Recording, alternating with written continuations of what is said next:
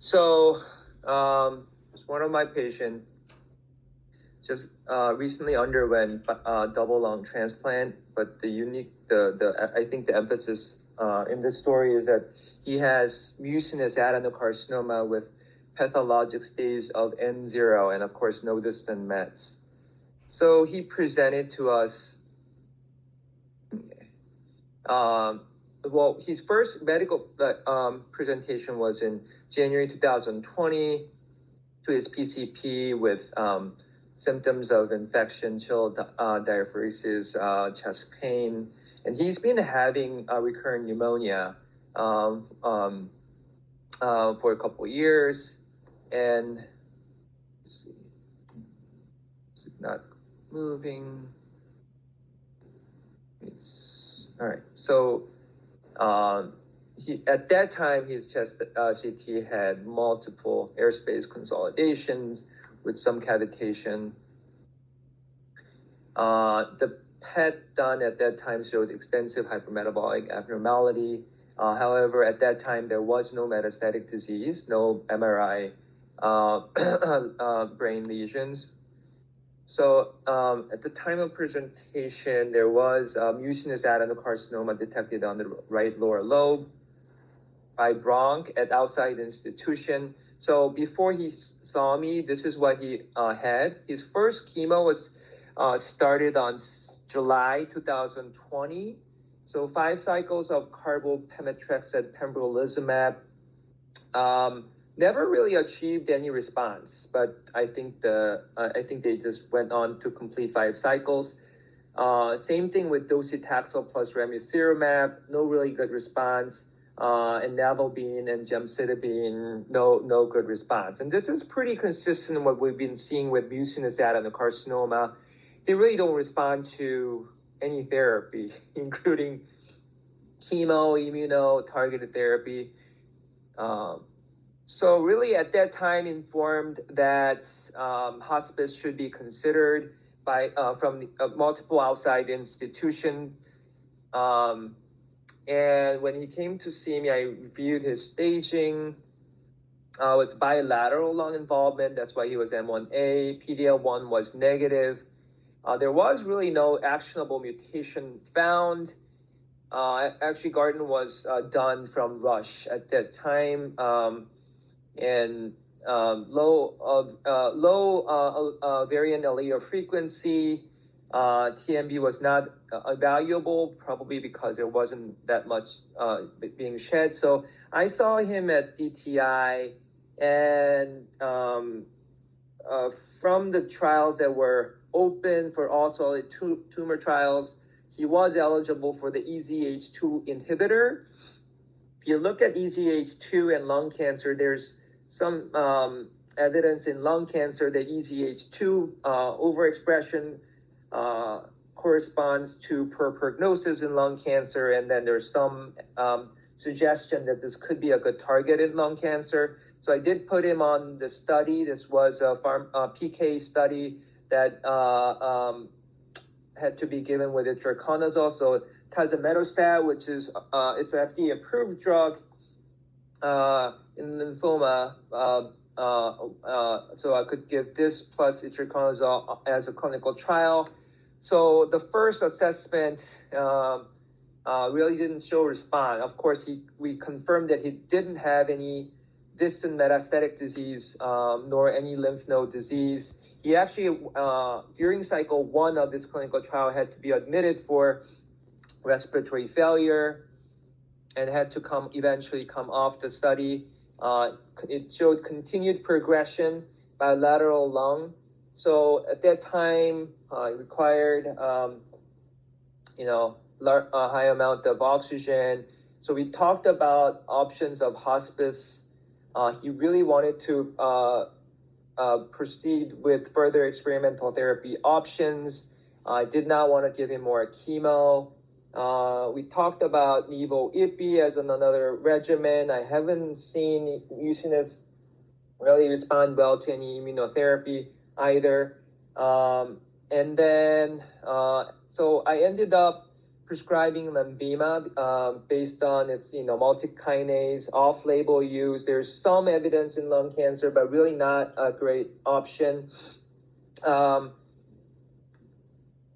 then where's the next slide? Come on. Okay. So while he was admitted, it's kind of narrative. What he told me was he came to Northwestern because he heard news about double lung transplant happening here, and he knew that his cancer was only confined to lung, and he really wanted to explore that option. And I knew he had cancer stage 4, so I told him, cancer is contraindication for a transplant. So unfortunately, you're not the right candidate. So our conversation kind of ended there. And I was walking down, down to the corridor, walking back to my office. I was thinking to myself, he even by PET and other bronch, he never had lymph node positive disease, even in hilar lymph node or mediastinum, and no sign of distant mets. And looking back on my previous cases with mucinous adenocarcinoma, of course there are people with distant mets, but for the ones who never had distant mets, their disease always presented with very similar picture, this bilateral lung involvement with no other lymph node or distant mets involvement. It was just they would die like drowning from mucin. And then so I was thinking to myself, would replacing lung would be a good option. I was walking, next on the second floor at Galter, and what was interesting was as I was thinking that possibility, I met Sam and Ankit just sitting in front of Panera or like just the hallway. So I ended up just like, hey guys, I just saw this patient. What do you think about, role for transplant in this case? And so we talked about this case. We ended up presenting this case at multidisciplinary transplant tumor board, transplant board, and the decision was made to undergo transplant workup. So that was another reason that I never tried any further immunotherapy. I know immunotherapy is contraindication for in any patient who is going to and underwent transplant. So so he ended up being on a transplant list, but then that wasn't the end of the story. He really was suffering from multiple infection, had pneumothorax with his cystic lung changes, but in the meantime he was kind of in and out of the transplant list, and had renal stone, AKI, off the list, back on the list after fixing the stone, but he eventually underwent all the evaluation process, and then finally the last thing that happened was he had really bad pneumothorax and chest tube placement, but still with hypoxic respiratory failure. And then this is kind of timeline. So this is how this July to September he was on Lenvima. I put him on 20 milligrams daily. And what was interesting is that his oxygen requirement came down dramatically. So he only required like very low amount. And the CT scan after putting him on Lenvima showed decrease in consolidation as well as decrease in the main dominant left lower lung nodule. It wasn't much if you look at the CT scan, but clinically he did improve to a point where he could sort of buy time till lung transplant. So I thought that was really good. But then he had to be admitted to ICU a couple of times, and he had fever, RSV infection, and the last MICU admission before transplant was September 22. He was actually intubated for worsening hypoxemia, increased workup breathing. The working diagnosis was he had, pneumonia, septic shock, had to be on low dose Vivefed, and this was what's interesting. On the third day of ICU admission, he was taken to transplant surgery. Until this day, with the new lung, he's doing fine. He had bronch in December, a left lung biopsy, right bronchial biopsy, few lesions, and BAL, which did not show any malignancy, and really no sign of rejection. So, and then I have a separate discussion about the molecular aspect and then the minimum residual disease, but let's talk about his imaging path findings first, and then let Ankit tell us about the transplant story, the operation. So I'll stop here. Sure. Pam, do you want to go to the imaging? Just, I'm sorry for the last minute, but if you... Oh, yeah, I've been looking at it, what? Yeah, just the most CT and some chest X-ray, but CT would be fine. Sure. This is him back in March of 2020. And you can see he has a lot of sort of tree and bud and nodules. Excuse me. Some more dense consolidation. The right mid. Sorry.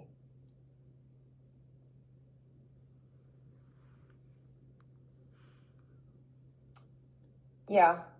So some more dense consolidation that sort of stays centered in this medial right lower lobe. This is sort of the typical appearance of mucinous adenocarcinoma. This, show it here. It's a little bit thinner windows. This sort of bubbly ground glass and consolidation, similar to like a pulmonary infarct, is sort of what mucinous tends to look like. So there's multiple CTs, and he goes on to progress to get just more diffuse, probably spreading it via his airways, coughing it around. Over time as well, areas of his lungs start to become more hyperlucent. So he's probably getting superinfection, also destroying lung parenchyma. As well, his pleura over time starts to get more thickened. See, all of this is pleural thickening on both sides. So he's getting almost like diffuse fibrinous pleuritis, So now his lungs are getting even less compliant in the setting of all this. Now, he always kind of keeps this more solid consolidation here in the medial right lower lobe, and he has some lymphadenopathy subcarinal, and his esophagus is a bit thickened. So his PET CT that he has prior to transplant looked like this. You want to look at the one in July, or May was the one after some treatment, Young? Either one's fine. Okay, we'll look at the more recent one. You can see he does have a little bit of activity in his distal esophagus. I'm not sure the significance of that. But there's multiple hypermetabolic foci throughout the lung consolidation. And then what's more striking is like his pleural enhancement, just this diffuse pleural uptake. So it's reactive pleural thickening. Some of that's intercostal muscles, actually. But here, diaphragmatic. Just progressively worsening multifocal lung consolidation. Those nodes did not have hypermetabolic activity, and this more nodular consolidation also did not. So maybe like just either some fluid distending or pericardial recess, although usually it's more inferior to the pulmonary vein, or just chronically impacted airway there. And then his most recent CT before transplant. Just give it 1 minute. He has a huge jacket.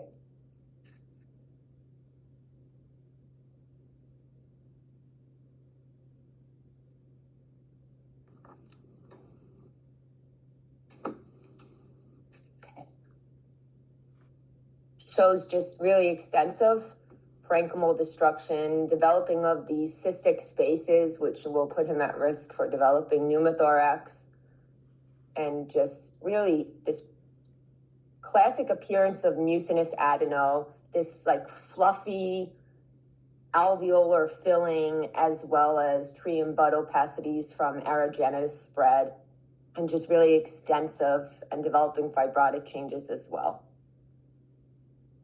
Is there anything else you're thinking to specifically show on Kit for the trainees or prior to the surgery?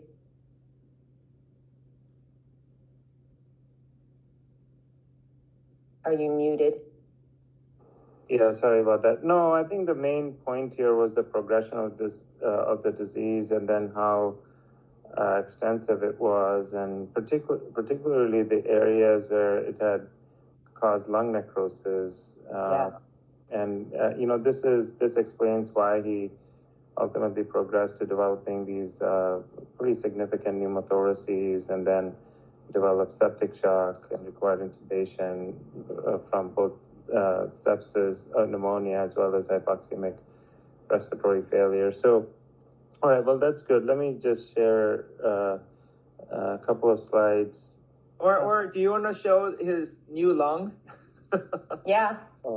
You can show. We have Pat as well. Yeah. Well, okay, why don't we just do that? That way we're not going back and forth. So, Hey, Zach, you're on.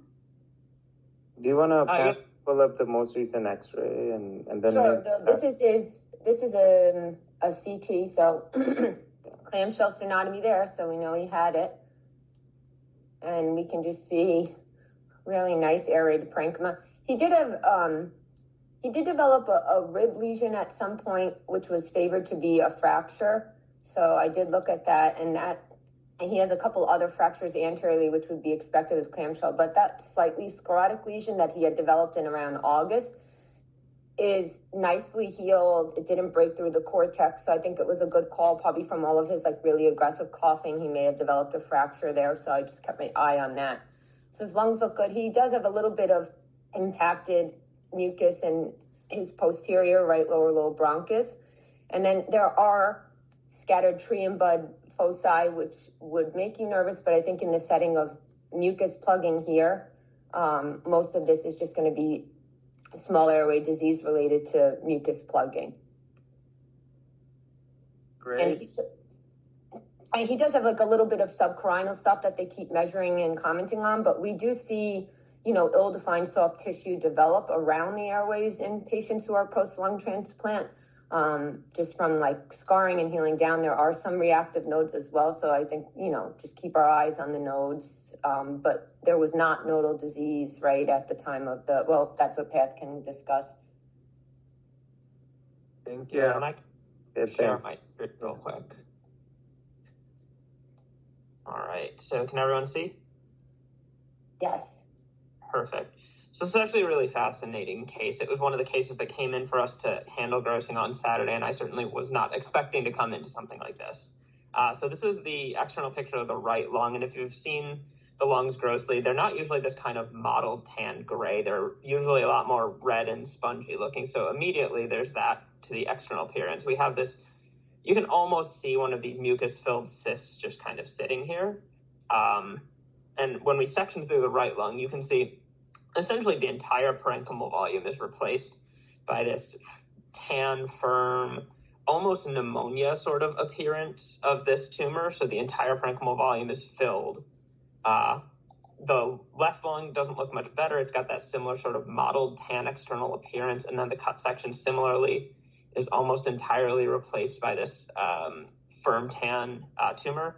The left lung, which I think is interesting because the imaging, you could see this, has this little rim of somewhat normal appearing parenchyma just at the edge, but that's essentially the only residual normal lung tissue that would be present in either of the lungs here.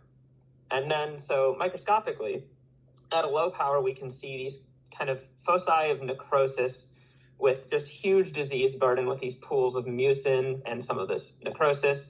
At slightly higher power, you can start to see a little bit more of the morphology of this. This tumor is really interesting. It's growing in that kind of lapidic pattern where it's growing just along these alveolar walls with these very mucin-filled globules. And it does this fascinating thing, which the reason this spreads so easily through the airways is because these little foci of tumor essentially fall off of the alveoli. They're very friable. They come off very easily. They've got this abundant mucin and all this kind of paucicellular to acellular mucin in the airway spaces.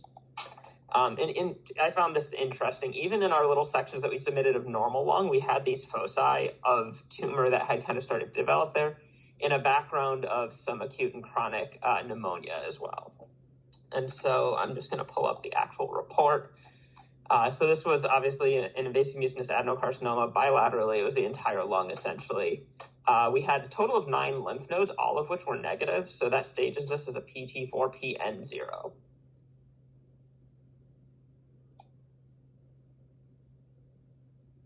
Can I just ask a quick question? How are there only 9 lymph nodes for both lungs? So those are the lymph nodes, at least those are the ones that were located in that kind of hilar area that were able to be found. Got it, thanks.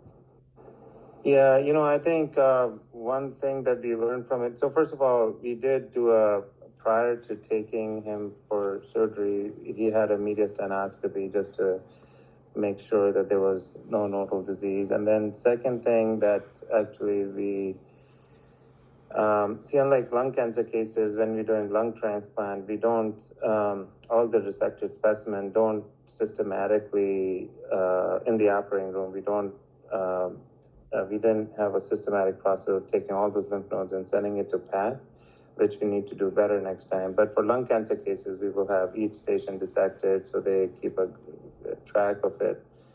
So, but here, although we did have a mediastinoscopy before the transplant, standalone me, during the transplant, it wasn't, marked as separate stations. Something that absolutely should, if we do it again, we should probably do a better job there. Okay, so I can, with that, share a couple of slides. 1 second. Just won't let me share for some reason.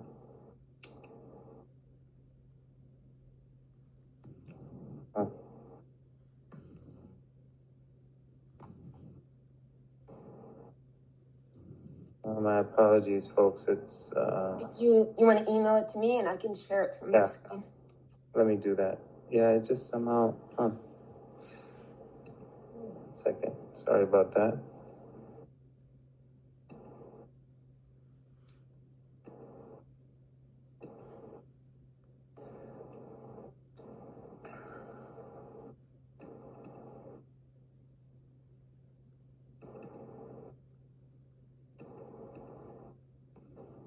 Okay, Pam, it's coming to you. Right. As soon as I get it, I'll share it. Yeah, so I'll start chatting. It's a little big file. So as I was telling you, this is not the first time, obviously, lung transplant is being done for lung cancer. In fact, in 1963, which was the first attempt, Pam, I just sent it to you. Got it. Download's a big file. So in 1963, actually, was the first transplant that was ever attempted. Human lung transplant, 1963, by Dr. Jim Hardy at the University of Mississippi in Jackson, and it was actually done for lung cancer.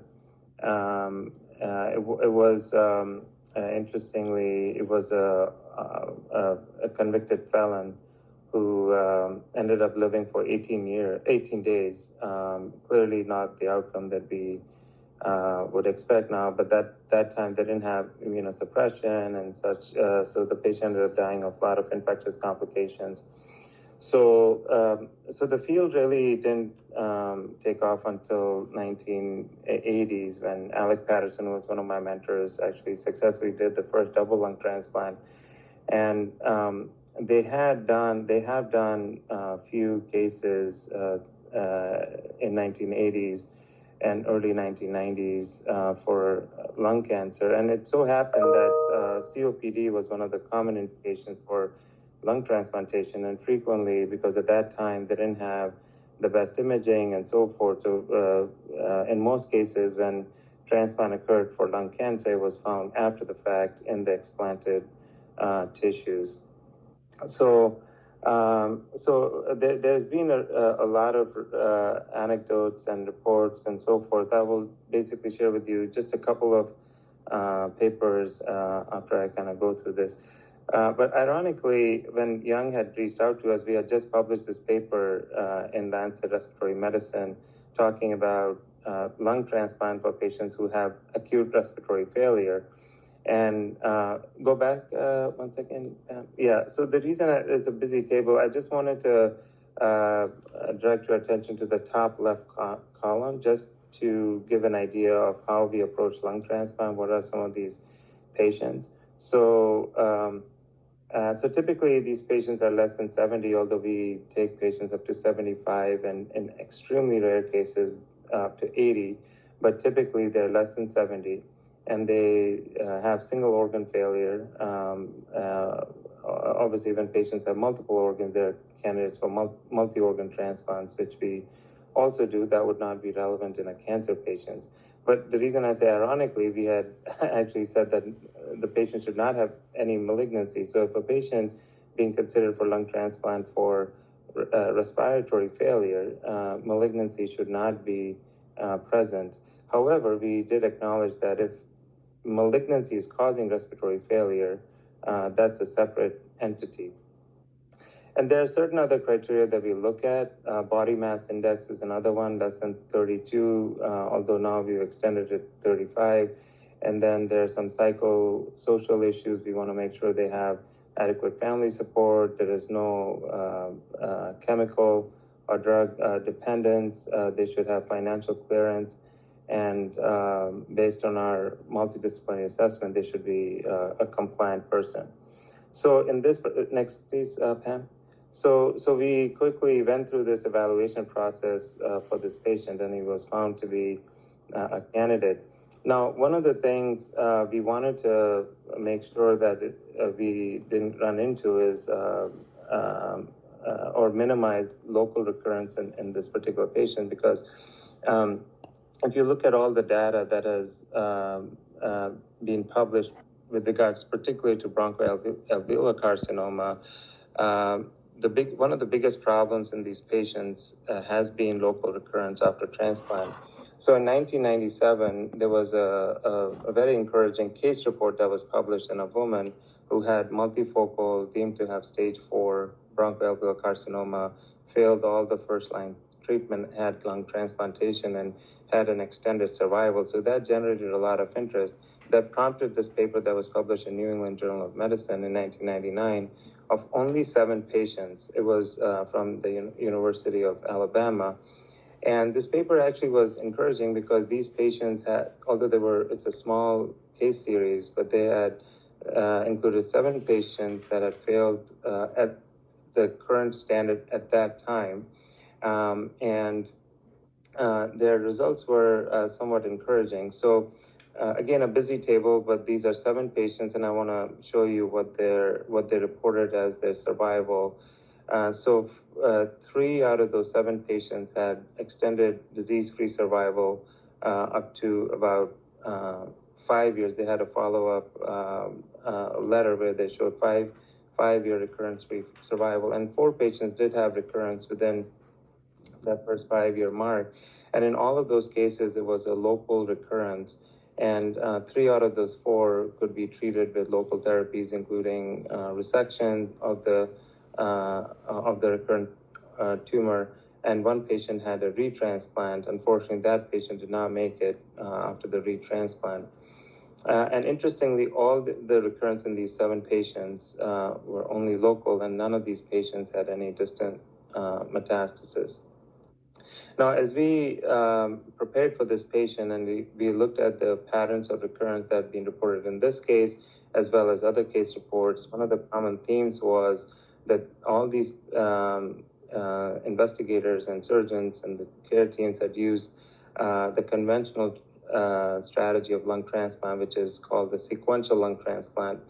In that, basically what that means is when you're doing a double lung transplant, you would take one lung out, put a new lung in, and then go on to the other side and take that one out and put that next one in. So we felt that potentially increased the risk of seeding to the other side. So we had some discussions and developed a non-sequential double lung transplant strategy for this patient. Next slide, please. This I will skip because Pam already went through the, so next slide. So this patient had double non-sequential lung transplant. So here we took out both the lungs very carefully and all the lymphatics in the N2 stations in the mediastinum. And we use full cardiopulmonary bypass because once you don't have, when both the lungs are out, you obviously need to bypass the heart and lung completely. With that, we felt that we would minimize seeding. And then we use some modifications of transplant technique, such as irrigating the whole respiratory tract to wash out any seeding in the trachea, which obviously stays behind. Now, the things that we do in these transplants is we take each lung out separately and we anastomose at the main stem bronchus, not at the trachea.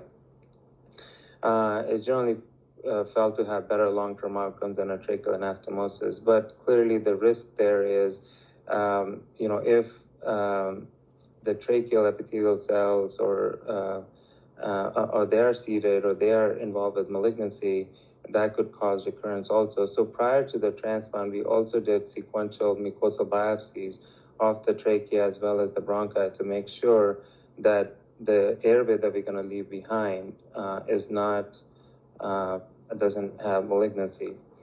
So the surgery went fine. This is, Pam, can you click on this video? This is not his video, but I just thought I will go back. Can you click on it?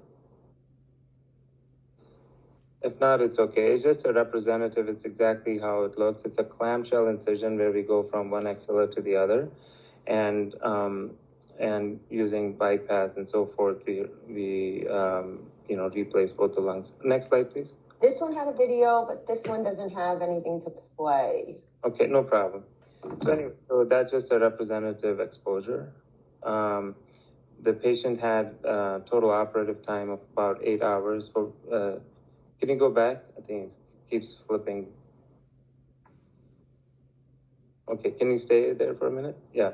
So the total operative time was 8 hours, and typically takes about 6.5 or so. So it was a little bit longer, and his post-op length of stay was a little bit longer as well. And this was likely because of his pre-transplant status, being on the ventilator, septic shock, and so forth.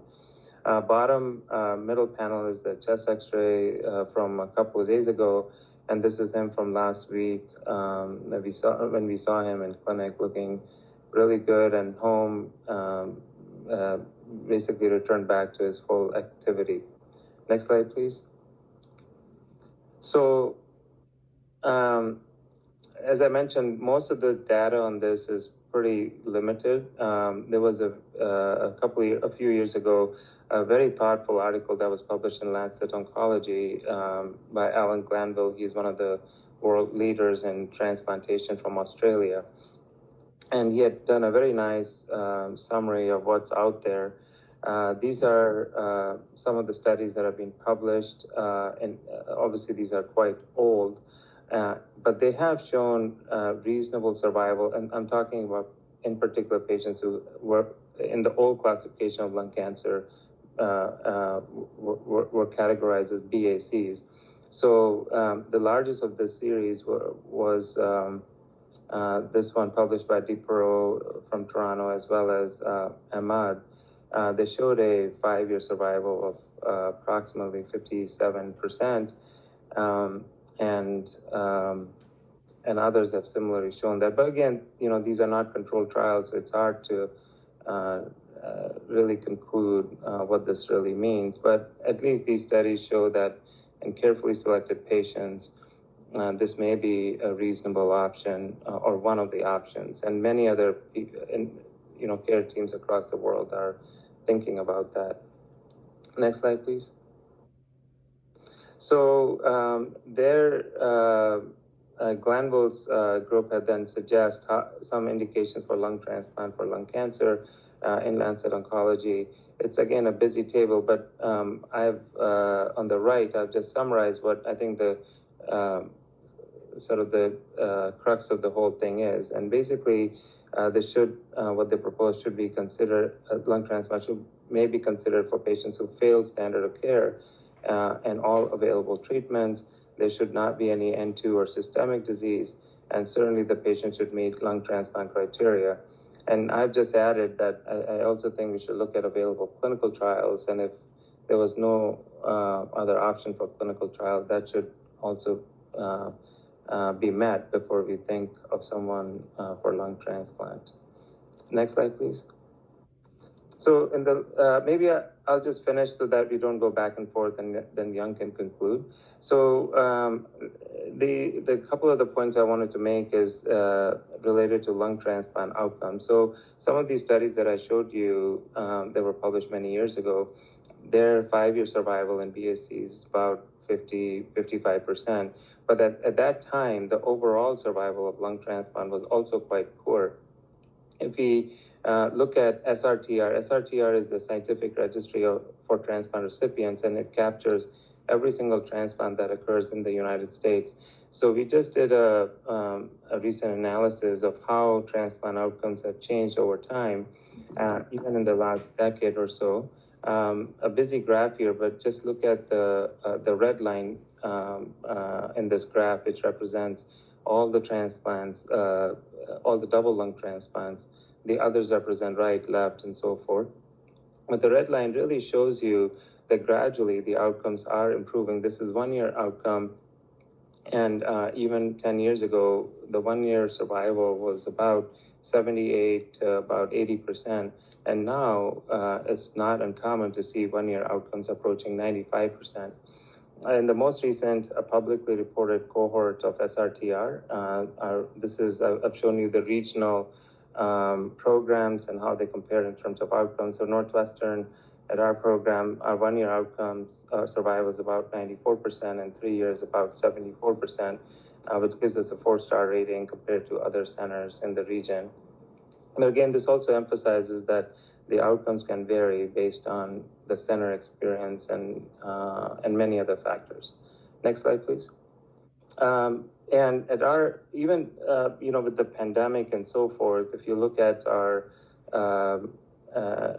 1-year survival, survival up to 2 years, it hasn't changed so much. So we're still seeing close to 93% survival at about 500 days. So clearly, transplant outcomes have improved, and over time, across the nation, but at specific centers, it's not uncommon to get exceptional outcomes, and even in these critically ill patients.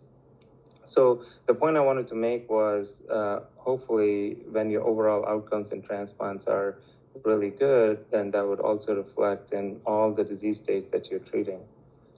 The final point I wanted to make was, next slide, please, is the waitlist mortality. This is an important thing, particularly relevant in cancer patients. So there is obviously uncertainty and unpredictability of when these patients will get a transplant. Once you list them, you don't want to wait too long to the point that they're going to end up getting metastatic disease. And it's true that there is a big demand-supply discordance in the country. As we evaluate the SRTR database, you see that the number of people dying each year has been growing in the country. And that's a function of how many transplants we're doing, how many transplants being listed, patients being listed for. If you look at the percentage, though, about 12 to 15% of people at each year will die awaiting lung transplant. So it's absolutely true. So how do we then factor that in cancer patients? And how do we get timely access to organs? So we've use many strategies at our center to enhance our donor lungs, and we have one of the shortest waitlist mortalities. We use hepatitis C lungs now, and most recently, next slide please, we've actually launched and we did a successful lung bioengineering our program where we are able to take lungs that would otherwise not be utilized for transplantation. We take it out of the donor, we'll recover them on our ex vivo platforms. We are able to clean the edema, infection, and so forth, and then we can transplant them. So that really enhances our ability to serve our patients, particularly those that have an urgent need for transplant. And if we were to think about cancer as one of the indications, this certainly will be very, very handy. So that's all I had. Briefly, I'll probably give it back to Young to talk a little bit about the follow-up and the liquid biopsies and so forth. Sure. I'll share my screen again.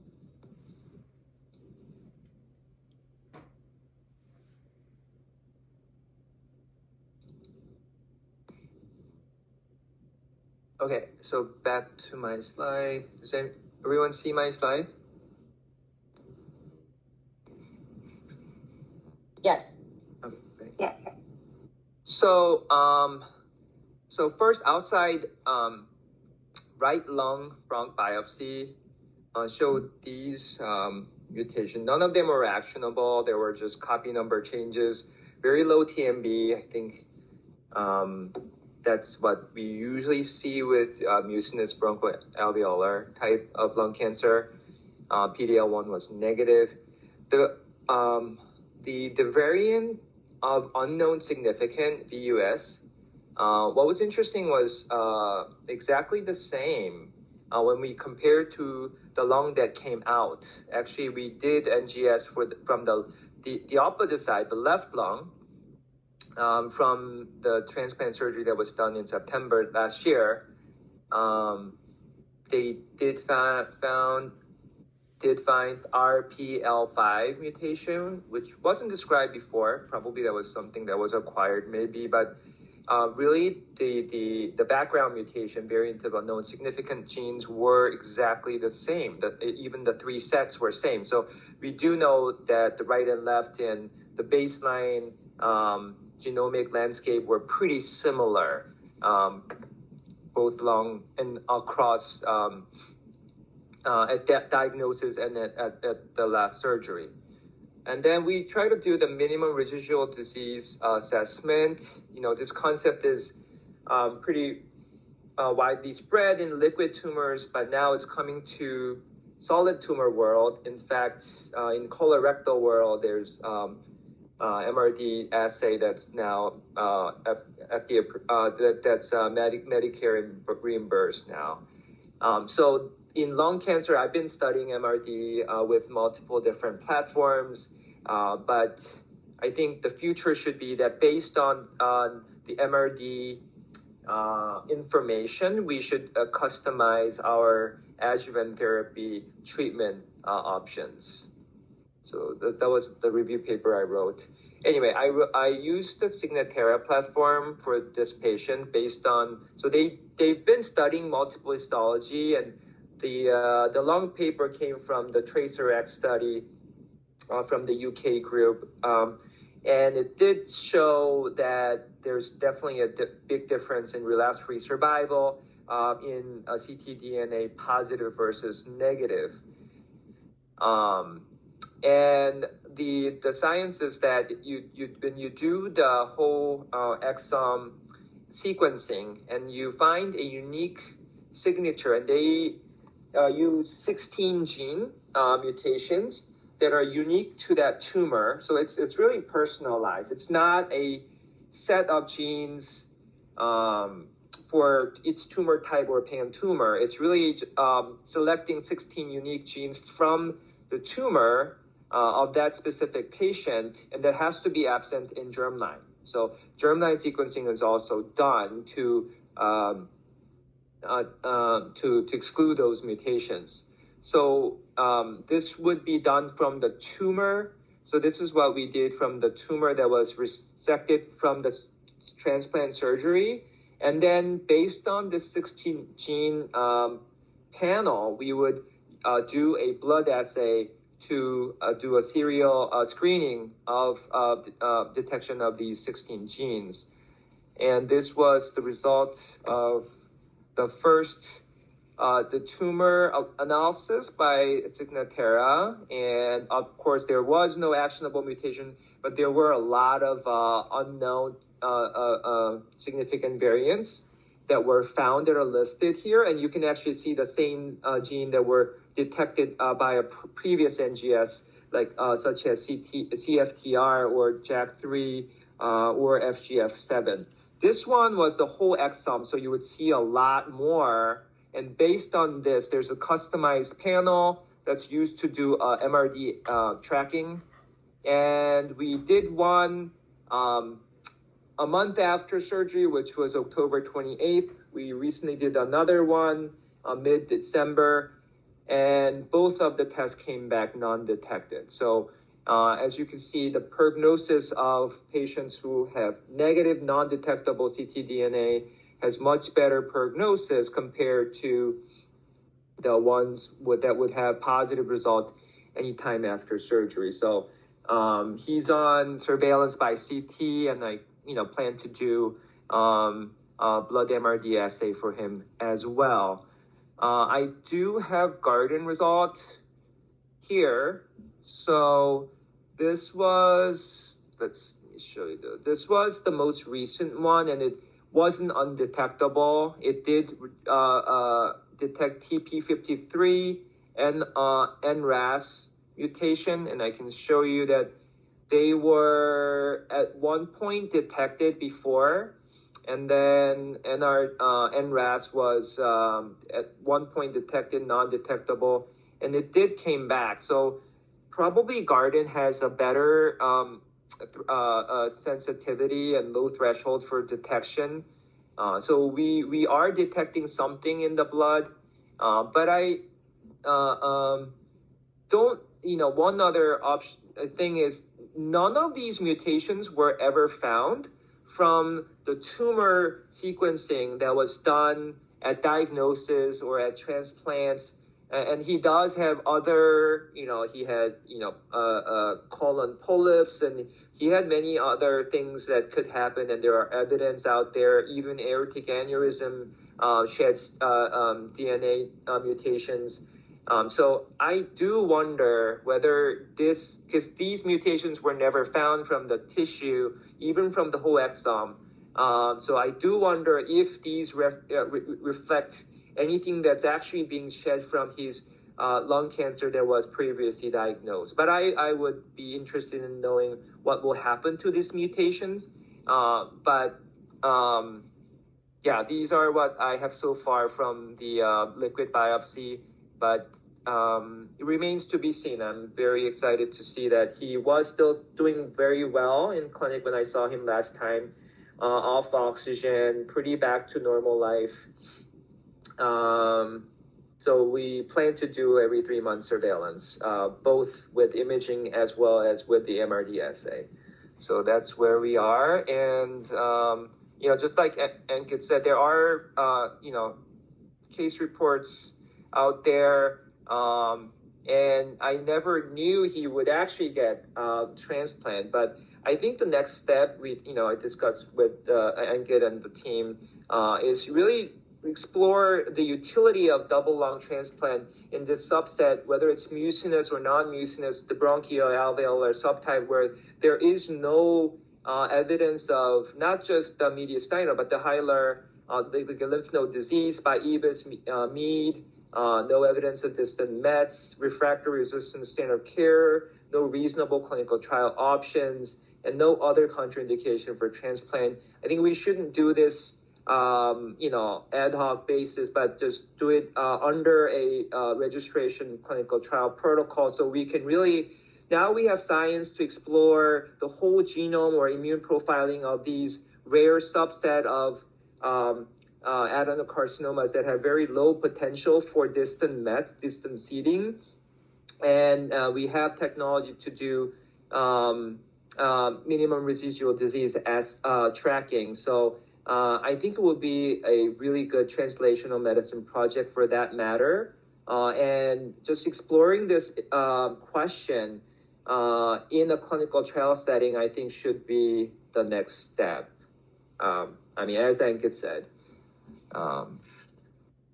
Hey, Young, can I ask you a couple of related questions? Sure. So first of all, Gutsy, really good case. I think obviously on the leading edge of things, and that has a lot of implications. So from the perspective of this particular case, there's bilateral lung disease. Either that bilateral disease was affected by airway spread or via blood-based dissemination. Was that a concern? Have you picked this case in particular or another in which it had unilateral disease? I mean, I've not seen. Well, for severe cases like this, most I think all the cases I've seen were pretty much bilateral disease. Therefore, was stage 4, but I don't see a reason why it has has to be bilateral. It could be a unilateral, but then there's always a risk of that seeding into another side of the lung. But the way to mitigate that and all that, I think it's another topic for discussion. But I don't think it has to be bilateral disease to qualify for these approach.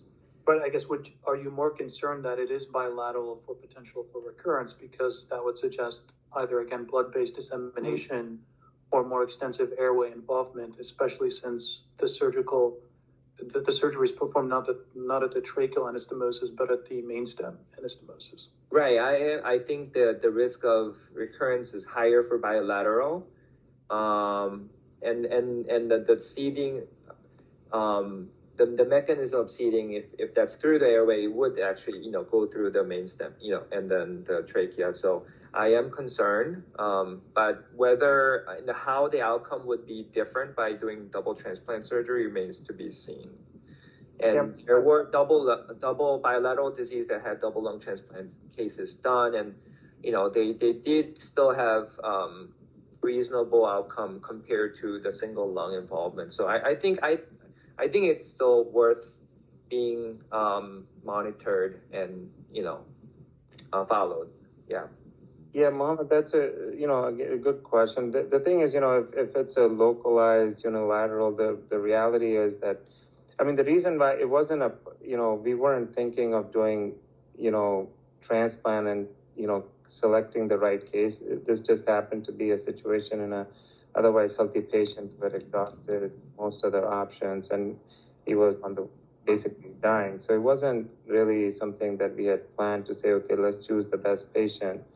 It just made sense to us. The second thing is, as I had mentioned, we did our best to exclude systemic disease. He had the PET scan, he had standalone mediastinoscopy. We also did very extensive mucosal biopsies of the airway on both the left and right side to ensure that the airway that we are leaving behind will not have malignancy.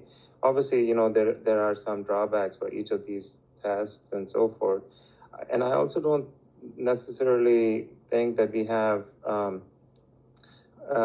conclusive evidence to say that for this particular type of tumor, if you have extensive unilateral versus bilateral disease, then there's higher chance of systemic recurrence, just because, these cases, at least from what we've seen and what's published out there, it's more of an airway spread. And that's highlighted in some of the papers that have been reported outcomes with transplant, including the New England Journal paper, where all of those patients were bilateral disease, and no one had systemic recurrence for the entire duration of the study. They all had, the 4 patients that failed had local recurrence. The same pattern is seen in other reports that have been published. Where people have mostly described systemic recurrences, the invasive adenocarcinomas, where patients with unilateral disease had a lung transplant, And then on the explant, they were found to have invasive adenocarcinoma that was not picked up on pre-op imaging. And then they've recurred systemically. But for these mucinous adenocarcinomas, systemic recurrence has been quite infrequent after transplant. It's all local failure that happens. And that's why we had done some critical modifications of the surgical technique that hopefully will translate into this particular patient's outcome.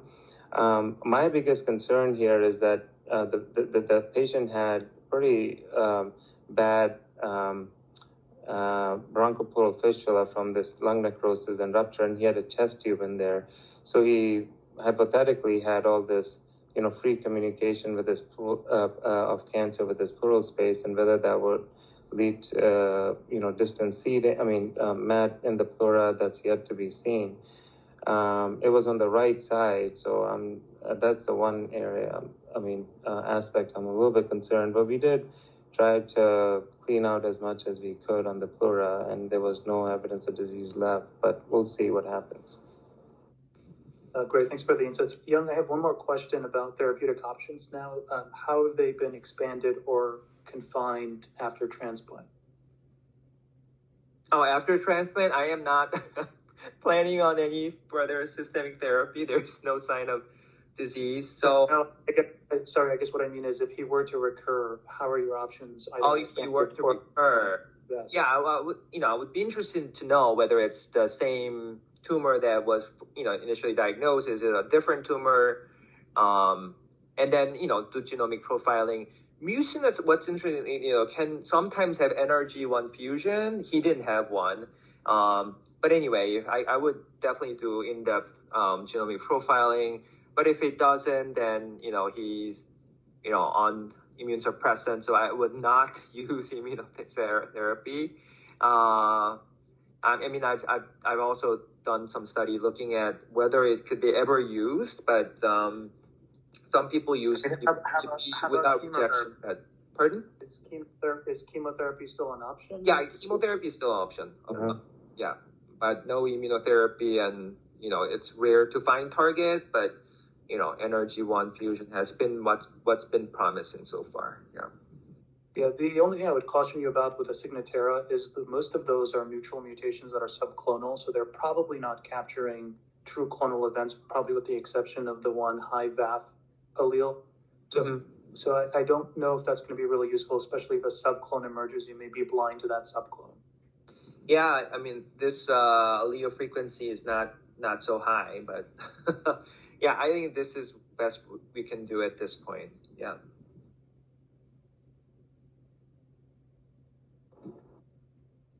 This is Avanti Ragam, one of the medical oncologists at Delnor Hospital, West Region.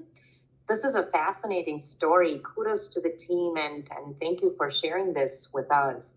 I had a similar patient, mucinous adeno, a couple of years ago, similar situation, and obviously transplant did not even cross my mind at that time. But moving forward, I think I'll definitely bear that in mind, especially if they don't have any systemic recurrence. One question that crossed my mind is histology, if it's non-mucinous, but just a run-of-the-mill standard adenocarcinoma, and provided patient does not have distant disease or lymph node mets, could we still consider that for transplant? I forget in the slide shared by Dr. Barab if it was limited to mucinous subset, the historical case series that he had put up. I think the only half were producing mucin, so I think mucin may not be the critical part. Yeah, 5 out of the 7 were non-mucin producing. But again, I think we have to look at it case by case basis. I think these, studies are so limited in their, statistical power and sample size. It's hard to draw, real conclusion. But I agree with Young that I don't think mucin alone should be the deciding factor. I think we just have to look at the whole picture. And the key here, I do think that the key here is lack of systemic disease.